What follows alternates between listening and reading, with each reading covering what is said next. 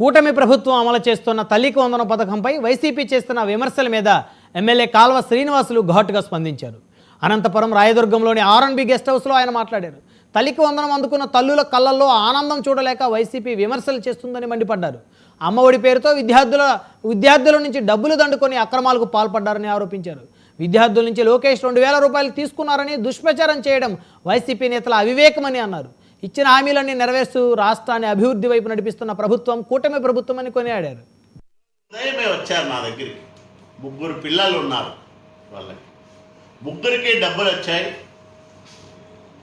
చాలా ఆనందమని నా దగ్గరికి వచ్చి ఆ పిల్లలను కూడా తీసుకొచ్చి వాళ్ళ ఆనందం మాతో పంచుకుంది ఒక కుటుంబం.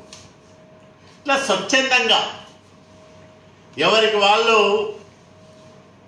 ముఖ్యమంత్రి నారా చంద్రబాబు నాయుడు గారికి, మరీ ముఖ్యంగా విద్యాశాఖ మంత్రి నారా లోకేష్ బాబు గారికి కృతజ్ఞతలు చెప్పుకుంటా ఉన్నాయి ఈ పేద కుటుంబాలన్నీ. దీనిపైన కూడా బురద జల్లడం అంటే ఎంత దుర్మార్గమో ఒకసారి ఆలోచన చేయమని విఘ్నులైన ఆంధ్రప్రదేశ్ ప్రజానీకానికి నేను విజ్ఞప్తి చేస్తా ఉన్నాను. అమ్మఒడి పేరుతో జగన్మోహన్ రెడ్డి 15,000 ఎంతమంది పిల్లలుంటే అంతమంది పిల్లలకు ఇస్తానని చెప్పిన మాట వాస్తవం కదా. 2019 ఎన్నికలకు ముందు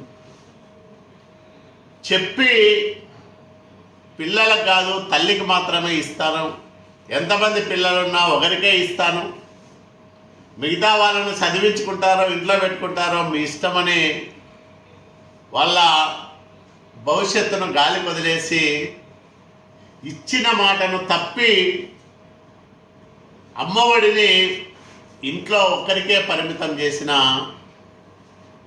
నయవంచకుడు జగన్మోహన్ రెడ్డి అవునా కాదా ఒకసారి ఆలోచన చేయమని నేను ప్రజలకు విజ్ఞప్తి చేస్తాను.